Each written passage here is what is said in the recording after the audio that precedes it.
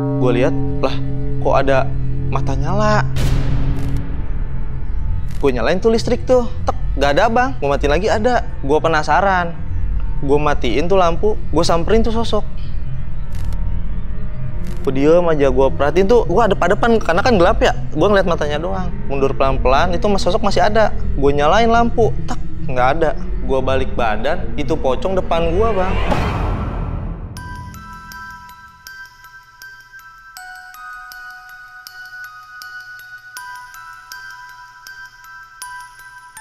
Assalamualaikum warahmatullahi wabarakatuh. Baik lagi telusur bareng gue John Arya. Dan malam ini tim telusur hadir dengan format baru. Dan sekarang kita akan menelusuri cerita mistis yang lebih intens. Narasumber kita pada malam hari ini bernama Bang Rian.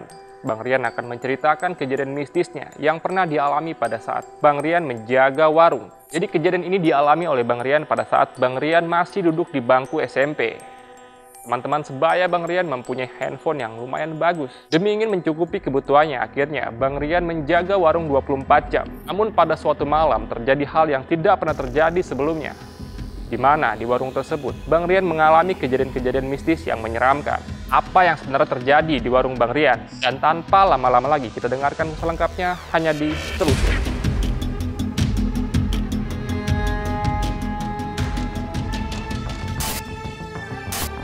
Halo teman-teman telusur, gue mau ngundang kalian semua buat duduk di sini untuk menceritakan kejadian-kejadian mistis yang pernah kalian alamin. Dan kalau kalian siap buat jadi narasumber telusur, kalian bisa langsung DM ke Instagram pribadi gue atau Instagramnya Telusur. Dan jangan lupa saksikan terus Telusur.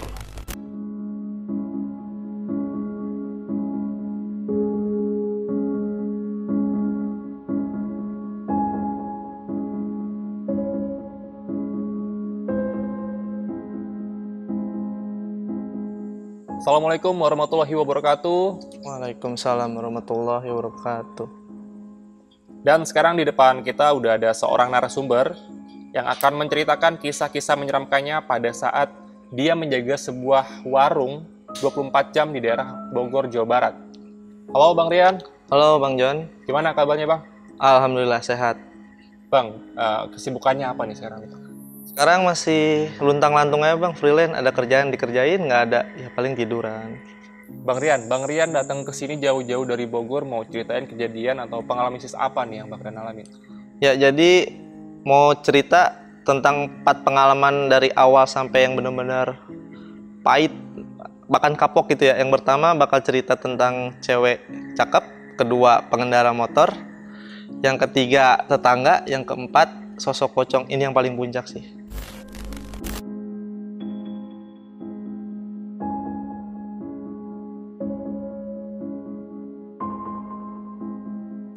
Ya awal mulanya tuh waktu 2010. Ini waktu masa-masa masih SMP. Nah 2010 tuh udah kelas 2 SMP nih. Nah waktu kelas 1 tuh banyak teman-teman yang punya handphone. Zaman dulu kan HP Sony, Nokia yang kayak gitu-gitu yang ada kameranya lah. Sedangkan HP gue dulu tuh masih Asia Hidayah. Masih hidup di zaman itulah, SMS. Promo-promo. Nah dari situ gue iri lah sama teman-teman gue pada punya HP yang bagus-bagus, yang kamera, yang ada lagunya. Sedangkan gue HP kayak gini nih. Kebetulan juga bokap waktu itu abis pensiun kerja, makin aja duit jajan gue kepotong dong. Nah gue dimasukin di salah satu sekolah nggak jauh dari rumah. Itu masuk siang tuh selama setahun. Pokoknya gue nggak ada kegiatan, nggak ikut eskul apa-apa. Akhirnya karena gue bingung gitu ya, iri juga, jadi ikutlah sama teman-teman gua tuh kayak nyuci piring di salah satu rumah makan, dari rumah makan satu ke rumah makan lain. Akhirnya dari awal-awal gitu, wah lumayan juga nih duitnya. Nah gua baru ingat abang gua tuh punya usaha 2. Nah usahanya 2 ini warung depan sekolah. Jadi yang pertama itu warungnya depan SD, samping jalan banget, itu jalan utama. Yang satu lagi di samping SMP. Nah itu agak ke dalam sedikit ke gang. Cuman jarak warungnya itu nggak begitu jauh. Kayak sokannya gue ngomong sama abang tuh, bang gue mau jaga warung dah. Kan gue sekolah siang juga tuh. Gue bisa lah dari malam sampai pagi jaga, daripada gue leha-leha nggak ada apa-apa kan kegiatan. Ekskul juga gue nggak ikut. Abang gue, ya udah bilang emak lu dulu. Ya udah akhirnya izin tuh, mak mau jaga warung di punya abang. Lah emang lu bisa? Lah abang nggak bisa, masa gua nggak bisa? Diizinin lah gua jaga warung di situ bang. Nah awal-awal jualan tuh enak, nggak ada apa-apa. Jadi gua jualan tuh dari pulang sekolah, dari habis maghrib sampai jam 6 subuh. Gua jualan nggak ada apa-apa tuh, seneng aja gitu. Ih, dapat duit. Nah dari dulu tuh gue diupain abang gue tuh 30.000 sehari. Wah gede lah, pada zaman 2010 tuh 30.000. Kalau sekarang udah kayak 300.000. Gue jualan nyaman tuh, sampai begonya gue teh ngomong ke sekolah, padahal gue nggak sekolah, malah cabut ke warung, jaga warung dari pagi sampai ke malam lagi. Akhirnya sekolah gue keganggu, kayaknya nyokap ngendus tuh, gue udah mulai males-malesan sekolah kan. Abang gue mantau malam-malam, taunya benar gue lagi cabut. Ya udahlah, akhirnya dihukum gue segala macam di bulan pertama, bulan kedua. Nah ini pas mau bulan ketiga ini mulai aneh nih.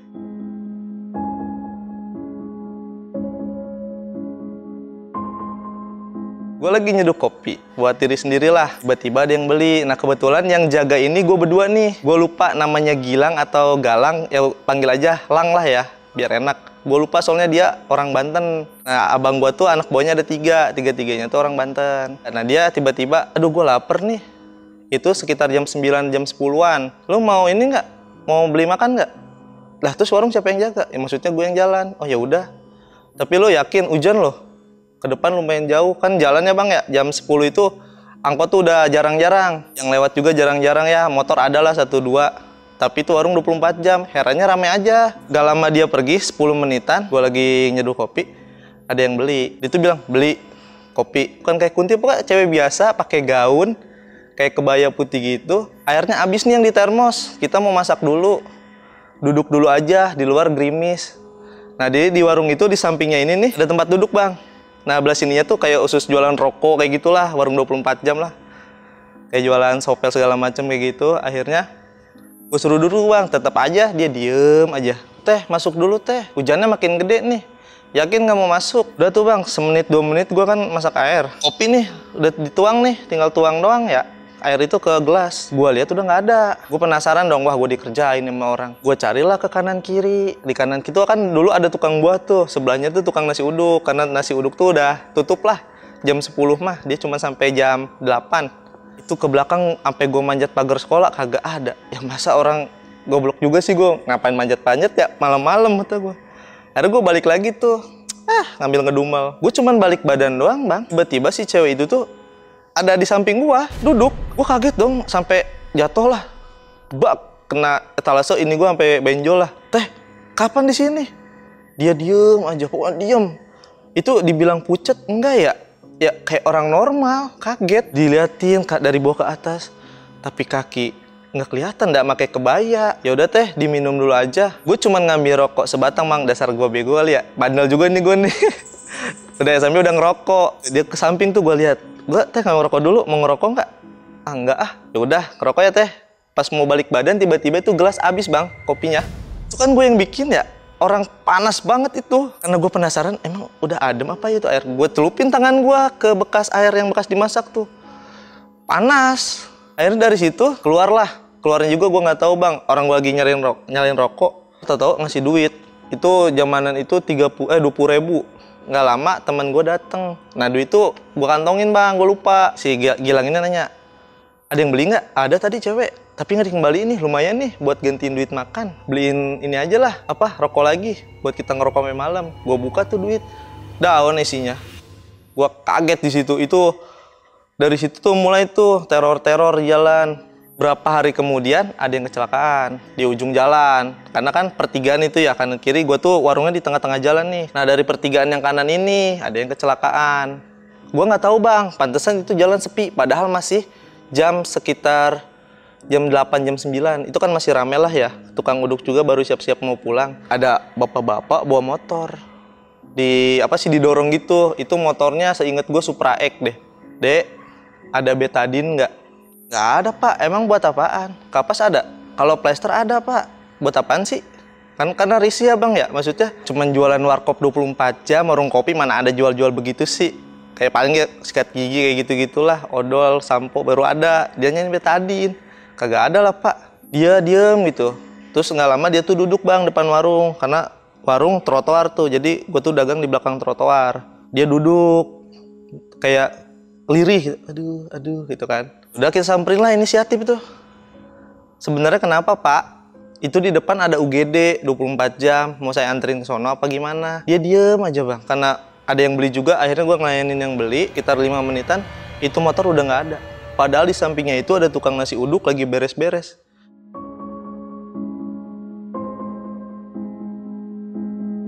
Nah, akhirnya tuh nanya nih bang, ke sebelah nih tukang nasi uduk, si Mas. Mas, lu lihat bapak-bapak yang di depan warung gua nggak tadi? Bapak-bapak talu picek, lu dari tadi ngobrol sendiri di depan. Lah, masa iya? Ya itu makanya ada yang beli, lu baru ngeh. Gua kira lu kesurupan. Lah, berarti gua ngobrol sama jurik. Wah, udah mulai nggak beres nih. Itu masih di bulan-bulan mau bulan ketiga tuh bang, gua jaga tuh. Masih di warung yang sama ya. Teman gua nih si Gilang, datang dia dari kamar mandi, nanya ke gua, di depan rame tuh, katanya. Kata siapa lu? Itu tadi gua denger sama si bapak-bapak yang mau masuk ke rumah, ada yang kecelakaan. Kecelakaan? Kepo gue teh bang. Gua lari. Itu kan dari warung ke ujung jalan kan lumayan jauh ya. Ah iya ternyata ada yang kecelakaan. Nah pas gua lihat, itu motornya persis sama yang gua lihat. Dan kenapa si bapak-bapak nunduk gini? Ternyata ini ya tuh udah kelindes bang, setengah badan. Otaknya tuh udah bececeran dah. Dia minta betadine, kata gua buat apa ya? Gue disitu langsung sakit tuh bang. Udah gue lusa sakit, mak gue ngomel. Makanya lu teh kalau masih sekolah nggak usah dagang-dagang. Lah gue kan pengen HP mak. Minta ke bapak gue malah digebot. Kata bokap gue, iya lu mah. Lagian masih sekolah pengen HP. Lah HP gue udah main gini, main ular-ularan. Yang lain mah udah pada musikan. Debat lah di situ. Akhirnya gue berobat tuh bang ke orang pinter. Ya ustadz lah ya. Nggak ada dukun soalnya di tempat gue, adanya ustadz. Akhirnya berobatin lah ke situ, dibacain, diminumin air, gue sembuh bang. Abang gue khawatir nih, gue jaga di depan karena ada kejadian aneh-aneh. Akhirnya gue dipindahin sama si Gilang itu ke belakang, ke warung yang belakang tuh, di samping SMP. Dia agak masuk ke gang sedikit. Samping gangnya itu sampingnya masjid. Terus di belakangnya itu ada pemancingan. Aman lah di situ sampai setahun, hampir setahun dah gue di situ, nggak ada apa-apa tuh bang. Nah ada satu kejadian, tetangga gue panggil si A aja ya. Si A ini tuh, dia kerja.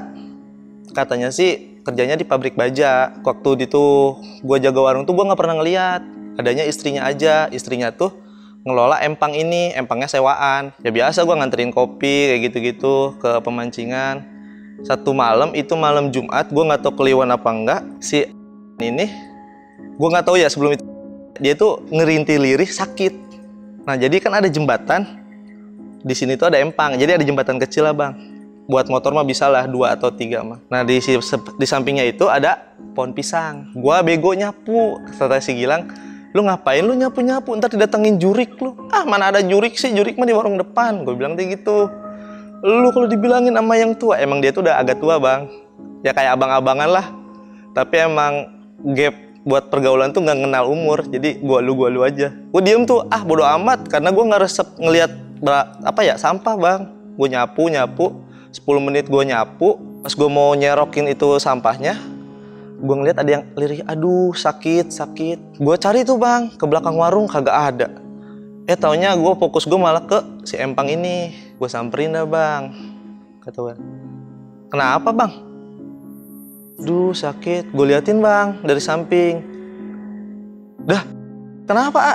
Ke warung dulu ke A, tadi obatin ada obat warung di warung kata kan. Gue bingung dong bang, gue manggil si Gilang, dia di dalam warung aja ngerokok ngopi. Gue teriak-teriak, dia cuek aja. Gue samperin tuh, gue tanya, gue duduk kan, aduh sakit. Itu mukanya gak kelihatan bang. Gue tahu itu karena apa ya? Adalah salah satu tubuh dia gue apal, karena kan dia jenggotan ya. Kenapa A? Empang ketumben tutup jam segini, biasanya juga 24 jam. Aduh sakit. Ternyata pas dia nengok bang, kan dia tiba-tiba diri tuh, tek. Gue kaget dong, gue posisi gue masih jongkok nih. Dia balik badan, palanya hancur segini. Gue di situ teriak, gue lari ke dalam warung. Gue bilang si Gilang, Lang, mending tutup yuk, tutup. Kan udah gue bilang, lu nyapu pasti disatronin jurik, kata dia. Udah tutup, ntar abis subuh baru kita buka lagi. Tapi lu jangan bilang abang gua. Kita tutup, tidur. Udah ketakutan banget tuh bang, sampai keringet dingin. Akhirnya si Gilang tuh nutup warung sendiri. Gua tuh di dalam warung bang. Wah itu kacau sih. Nah, paginya tuh gua nanya sama nyokap. Pas gua udah balik dari warung nih, paginya tuh, singkat cerita gue pagi balik ke rumah nyokap, nanya, semalam didatengin ini, emang ada kejadian apa? Lu didatengin? Iya, di pemancingan. Jadi si ininya tuh belum nyampe bang, belum nyampe ke rumah, si mayatnya ini masih di pabrik lah diproses, tapi nyokap gue udah denger. Karena kan namanya di kampung ya rame bang, cepet, kagak ada 24 jam. Tuh gue ngecerita tuh sama orang-orang tuh bang, gue cerita sama nyokap, kata nyokap, udah jangan cerita-cerita, kasihan lagi berduka. Oh ya udah, pokoknya banyak bang cerita dari gue didatengin kuntilanak, Gundurwo. Wah itu mah gue serem. Nah ini yang paling puncak nih, cerita terakhir gue nih.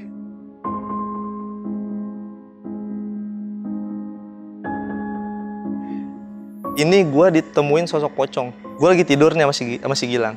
Itu nggak tahu kenapa gue sama Gilang tuh capek banget ya jaga warung, korupsi waktu yuk. Ayolah, gue gede capek banget nih jaga warung dari pagi, kata dia. Ya udahlah, akhirnya gue tidur tuh bang. Jam 8 malam gue udah tidur. Kata abang gue, gimana warung? Nge-SMS kan, zaman dulu kan SMS tuh. Rame, ya udah, jangan tutup lu. Kalau rame, pemancingan lagi ada event. Ah bodo amat, orang gue udah capek, si Gilang juga capek. Tutup tuh gue tuh bang. Gue bangun jam 2:30, gue kebangun pengen kencing.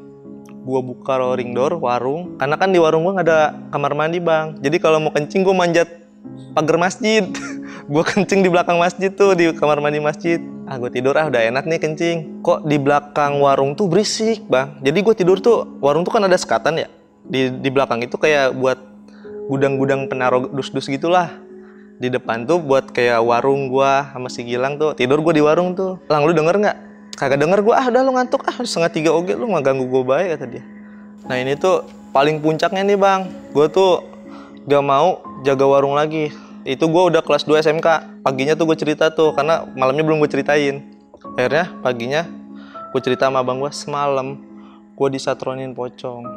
Jadi balik lagi nih bang, pas lagi kejadian gue ya, gue ke belakang warung, itu posisi mati lampu. Gue lihat, lah kok ada mata nyala. Gue nyalain tuh listrik tuh, panel, tek, gak ada bang. Terus gue matiin lagi, ada. Itu sampai 3-4 kali gue gituin bang. Gue penasaran, gue matiin tuh lampu, gue samperin tuh sosok. Gimana ya? Itu baru tahu gue aroma pocong tuh bang. Bau bangke, tanah, tau nggak? Kayak air, aspal kena hujan. Terus ada bangke. Nah kayak gitu bang, baunya. Gue diem aja, gue perhatiin tuh, gue depan karena kan gelap ya. Gue ngeliat matanya doang. Mundur pelan-pelan, itu sosok masih ada. Gue nyalain lampu, tak, nggak ada. Kata gue, halusinasi gue doang. Gue matiin lagi tuh lampu bang. Gue balik badan, itu pocong depan gue bang. Itu mukanya ya, dia tuh full kayak orang kebakar, hitam. Matanya tuh satu keluar, satu di dalam. Terus di sini tuh ada beberapa cobekan lah. Nah di dalamnya ini tuh banyak belatungnya bang.